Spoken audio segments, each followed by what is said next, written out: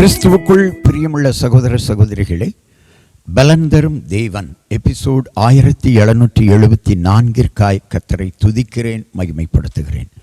இந்த நாளிலும் ஏசாயா 54 அதிகாரம் 10வது வசனம் இப்படி சொல்கிறது: மலைகள் விலகினாலும் பர்வதங்கள் நிலை பெயர்ந்தாலும் என் கிருபை உன்னை விட்டு விலகாமலும் என் சமாதானத்தின் உடன்படிக்கை நிலை பெயராமலும் இருக்கும் என்று உன்மேல் மனது உருகுகிற கர்த்தர் சொல்லுகிறார்.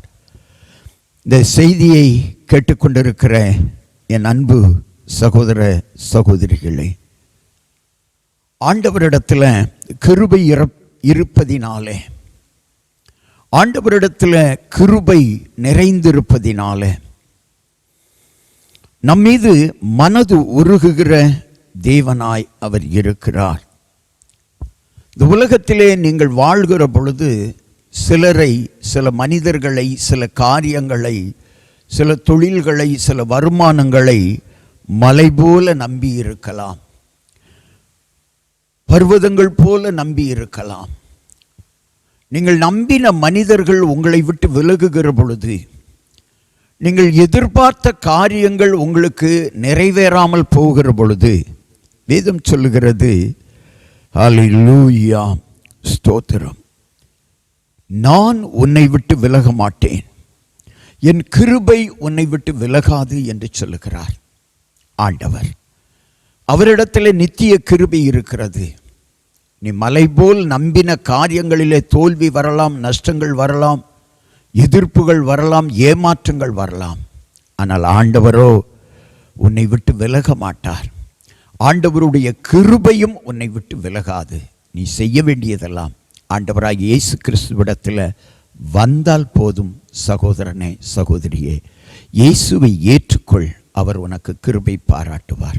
கிருபை என்பது ஒரு வேளை கிறிஸ்தவர்கள் அல்லாதவர்களுக்கு புரியாமல் இருக்குமானால் நான் எளிமையாக சொல்லுகிறேன். உங்களுக்கு தேவையான காரியங்களை தேவனுடைய ஆசீர்வாதத்தினால் நீங்கள் பெற்றுக்கொள்வதுதான் கிருபை.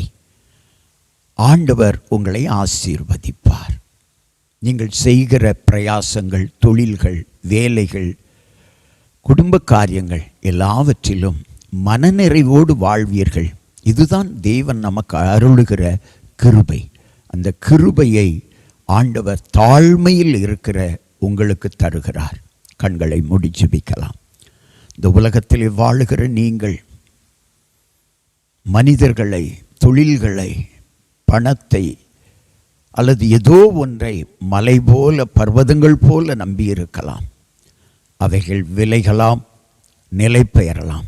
ஆனால் ஆண்டவரோ அவர் கிருபையை உங்களை விட்டு விலக்க மாட்டார். என் கிருபையை உன்னை விட்டு விலக்க மாட்டேன் என்று சொல்லி இருக்கிறார். உலகம் உங்களை நஷ்டப்படுத்தலாம், ஆண்டவர் உங்களை வாழ வைப்பார்.